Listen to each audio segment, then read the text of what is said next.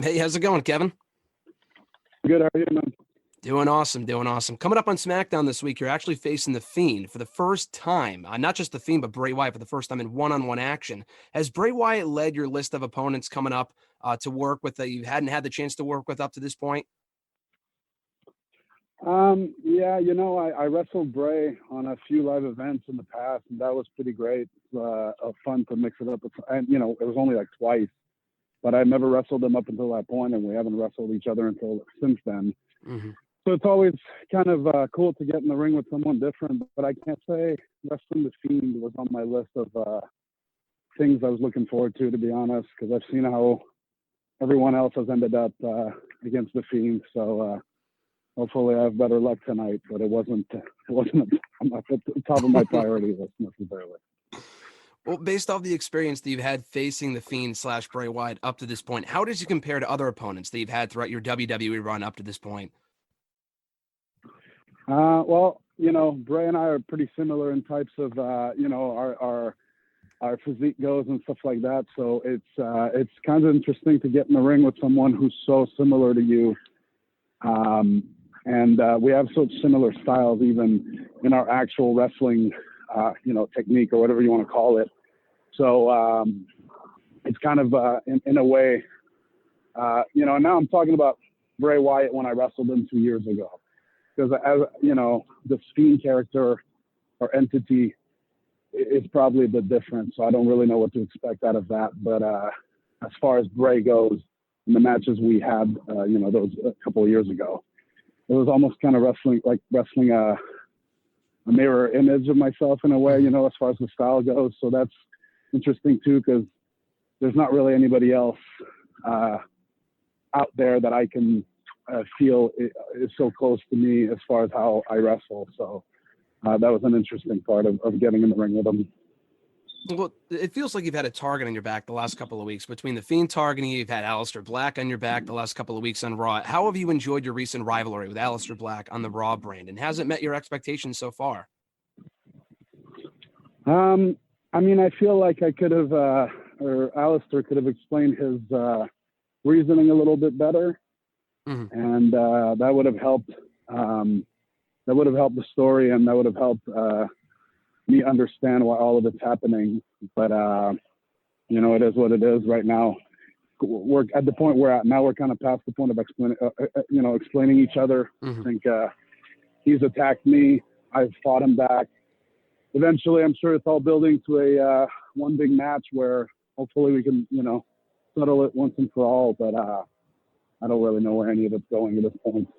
Mm-hmm. Well, also coming up on Friday, we got the WWE Draft. And of everyone in WWE, it seems like you've switched shows every single year that we've had the draft, whether it be the draft, That's the shakeup correct. between, Raw and SmackDown. So yep. dating back to 2016, do you have any favorite draft moments, whether it's involving yourself or just in general with the WWE Draft? Well, so a moment that sticks out in my head was from the first draft when Finn Balor got recruited to Raw. Mm-hmm. Because one, I was really pumped to know that my friend was getting called up and was going to be on the same show as me. And the reaction of the crowd in the arena when they announced his name was really special, because at that point, Finn had only been an NXT talent. And, we were always, obviously NXT was growing constantly at that point and still is. But, we were never sure just how many people, how many fans of the, in the WWE universe paid attention to NXT. And once you heard the reaction to his name, it was pretty clear that everyone was well aware who he was. And, everybody's really excited to hear he was coming. So that was really cool. But that would probably be the only that's probably my only moment of the draft that I remember fondly. All the other years I actually, and I'm sure this year will be no different, I feel frustrated with how far into the draft I get picked. Mm-hmm. And last year was a new low. I was picked so late, and I was very angry. And I don't know. That was just, but I think I'm probably one of many who feels that way when they're drafted. Mm-hmm. You know what I mean? So the drafts are actually always kind of stressful because you really don't know where you're going until they announce it on TV or, in the supplemental draft that they do online after. So you don't know who you're going to be with.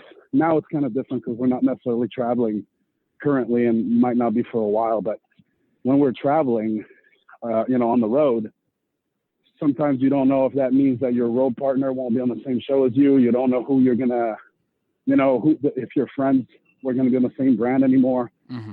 And while that might seem like a small inconvenience, it's, when you're on the road as much as we are, or we were at that point, the people that are around you in a lot of ways keep you sane. So it's a big deal, but you don't know any of it going into the actual draft. So it's always a pretty stressful day, to be honest. Having switched shows every year for the last 4 years, are you already of the mindset at this point, like, all right, I'm pretty much going to SmackDown because there's no way, like, the trend has been, Well, I mean, I can only assume because of the past, like you said, that I'm going to switch. I don't know if I am. I'm not going to find out until tonight or Monday or whenever. I don't even know how any of it's going to work. But I kind of like it at the same time, to be honest. It gives me, a new, what could I say? Gives me almost like a new playground every year or so, a new set of people to work with, and then kind of gives me a reset or a chance to reset anyway. And so far, I don't know if that's how it works, but every single time we get to a draft, it feels like I'm due for a reset every time as a superstar, as a character, as a whatever. And it still feels that way to me this year. So I kind of hope I do go to SmackDown so that I can just kind of hopefully start fresh on that side of things. But yeah, I don't know if anybody else has moved as often as I have. Actually, maybe the Miz. Liv Morgan has. Oh, well, Morgan I don't know. too, yeah. I don't even know about Liv Morgan has because she's switched every single time and we've switched together. Yeah. Every time. She's been like the one constant in the locker room that I know is always there because she switches as much as I do. So, but yeah, it's been, it's been an interesting couple of years with the draft for sure. Yeah. Well, it was funny. Sammy was getting drafted with you to the same show for like 2 or 3 years straight up until last year. Now you're finally on separate shows. Yeah, and that that's true. And that might change. That might change this week. You could see you back on SmackDown. He could end up on Raw, whatever. Do you have a preference between the two brands at all, or is it really just more a matter of making the most of where you are? Man, it's pretty funny. Almost, like I said, almost every single time I get drafted to the other show, right before I get to the draft, I'm hoping to get drafted to the other show.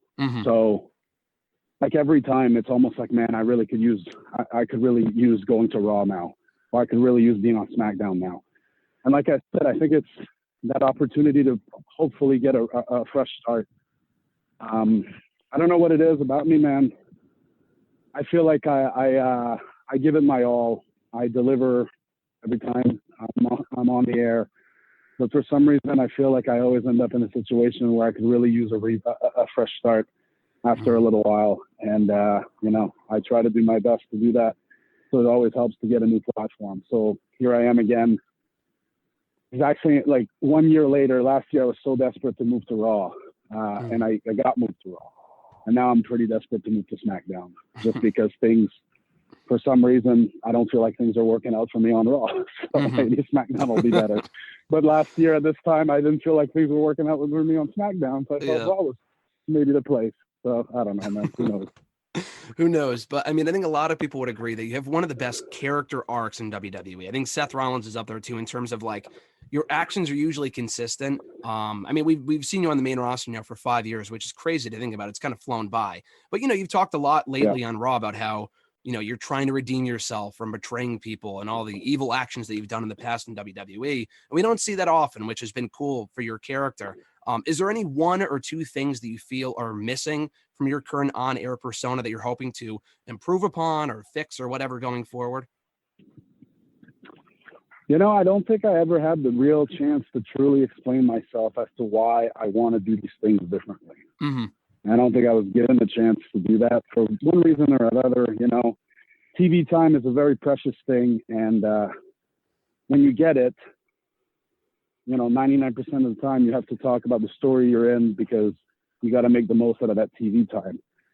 I would have loved to get a few minutes at some point to just explain why it was important to me to try and move past all the, backstabbing and bad things I did to my friends throughout my career.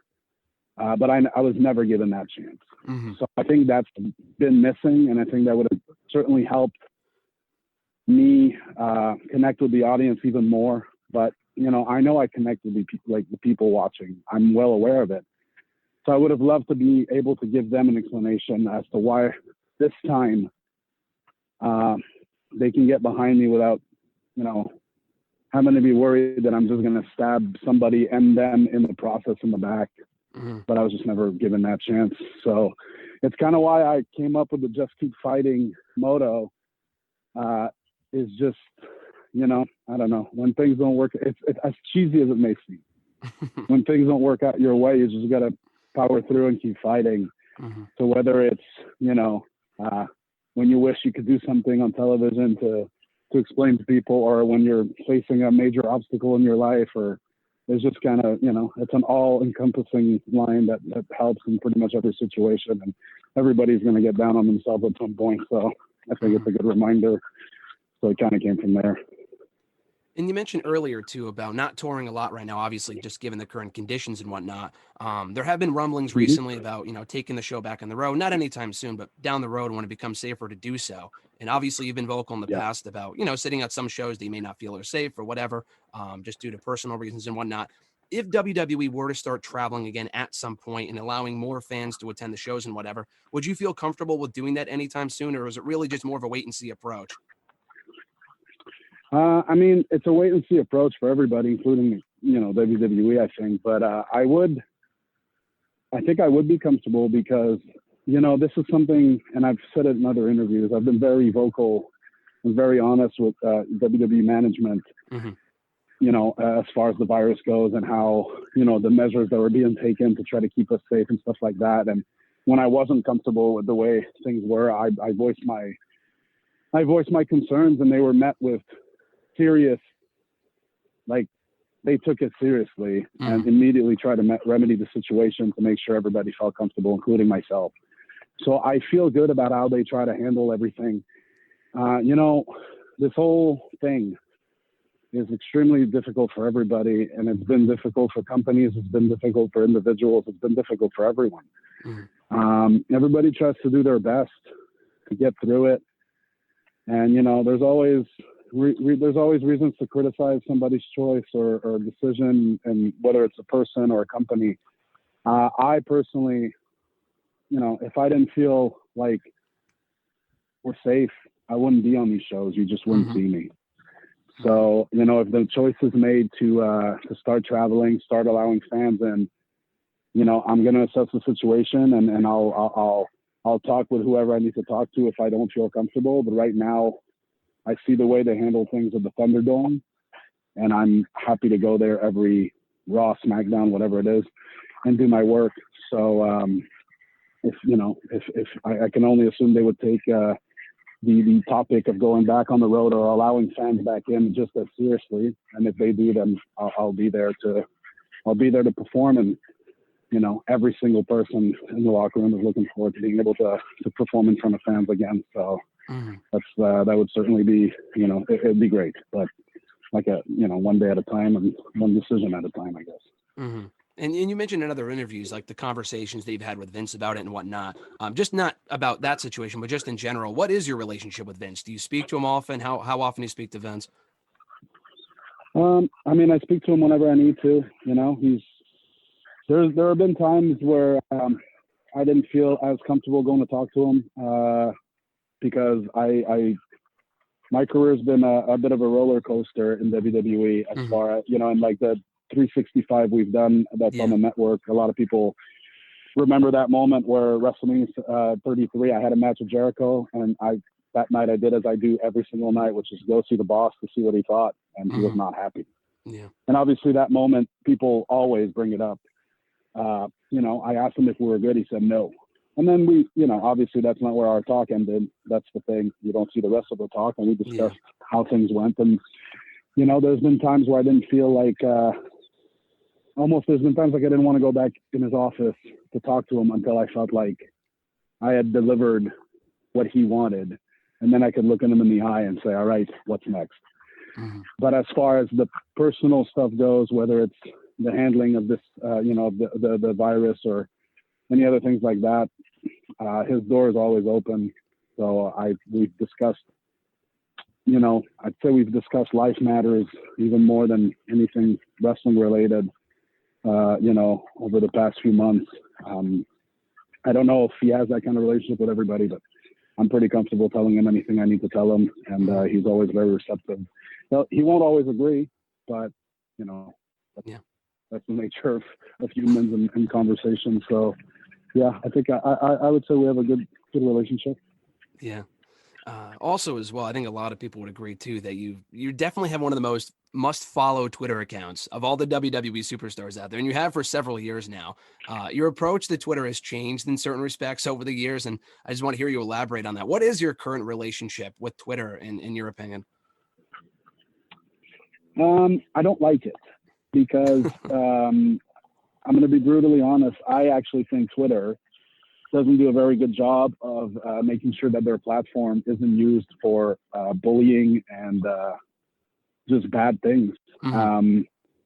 I've thought of deleting my account many times because I've seen Twitter accounts go after, like, I'll post something and I'll see replies from people that are being supportive or have their opinions or whatever. And then I'll see other people go after these people and calling them terrible things and really awful words. And there are times where I've specifically reported accounts that are attacking people, mm-hmm. Only for Twitter to do nothing about it and say that it doesn't violate their rules. So I don't like it. I don't think it's a good place. The only reason I still have it is because once in a while I like posting things that give my fans, a positive, something to feel positive about. Like this week, I lost my cat, and I eventually found him, 24 hours later. But those 24 hours were terrible for my family because our pets are like, an extension of us. They're part of the family. Yeah. So I told the story of how it happened, and I just, let everybody know that whatever, we lost them, here's what happened, and I ended up finding them. And the feedback I got from people about how much that story made them feel good or this is something they need to hear that day. That stuff really, like whenever I can do that on social media, it makes it a bit worth it to see the other side of it, the ugliness that can come out of it. So that's the only reason I still have it. Mm-hmm. But I'm not, I don't enjoy it. The only time I enjoy it is when I can reach out to my fan base and give them something to smile about. Mm-hmm. And final few questions for you. I think your approach to backstage interviews is awesome. I feel like the interviews, some of the interviews that we see on the show itself are great, but I'm talking about like the WWE.com, the YouTube exclusives, the interactions you've had with, Sarah Schreiber, going back to, Renee Young, people like that over the last 5 years. They just kind of feel so off the cuff, in the moment type interviews that they're always entertaining, regardless of what the content is. What is your approach to like the interviews? Is it like, do they know what you're going to say before you do it? Cause you were talking about bananas recently, and like, it was a great, a few minute video. So like, what's your approach to stuff like that? No, I mean, I feel like some of my finest work has been done on WWE.com, like you said, and it's always, there's no limitations because nobody knows what I'm going to say. Mm-hmm. They just, whenever the WWE.com, the digital crew grabs me and says, hey, we'd like to do a little interview, I'm more than happy to do it because I know it's time to just go nuts. And like, sometimes I have so little of an idea of what I'm going to say myself before it starts. Sometimes, they'll say, okay, 30 seconds to a minute, whatever. And we end up with a 4-minute video just because, yeah. One thing. So there's stuff I used to do when JoJo was around to do backstage interviews JoJo too, that I look back fondly. And then, the same thing with Sarah, like you said, or I did one with Mike Rome once that in a car. I just like all those things are probably my favorite. As far as like pure entertainment goes, that's the way to go if you want to I mean, I don't know. Maybe not everybody thinks. Maybe not everybody would agree that they're funny, but I get a kick out of them, and I get a kick out of doing them. So that's a place to go on .com if you want to see that stuff. Yeah, it's amazing stuff. What's been your favorite feud so far in WWE? Do you have a dream feud by any chance?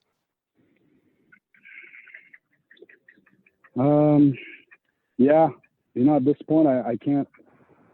And I mean, it's easy to say because he's obviously the top star and he's the champion. So who wouldn't want to work with him? But Roman's new identity, or whatever you want to call it, I always thought me against Roman in the proper setting could be really interesting. And I think the proper setting is more than ever now that he's embraced his alpha male, tribal chief persona.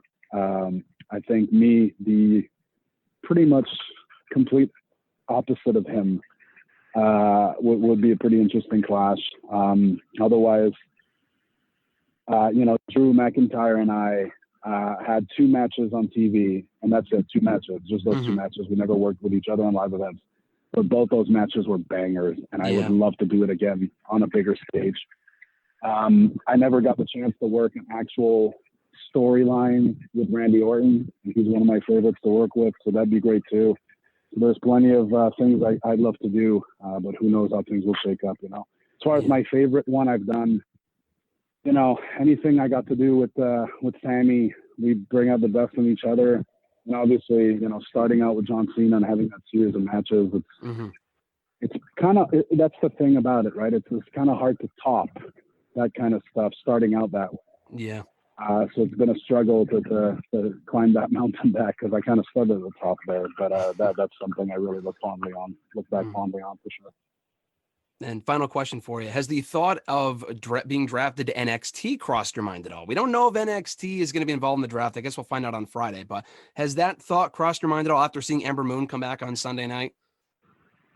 I mean, I last year at some point, I was going back to NXT. It was all in motion, and it was going to happen. Wow. And then it didn't. So to say that the thought has crossed my mind would be an understatement. But I would tell you that right now it's not the case anymore. That's just not where I'm at anymore. Now I want to be on Raw or be on SmackDown and just fight like hell to make things, create some memorable moments for everybody. That's all I want at this point. Fantastic. Well, thanks a lot for the time, Kevin. Best of luck on Friday in the draft against The Fiend. You're an inspiration, my man. Thanks a lot. I appreciate it. Thanks, man. Take it easy.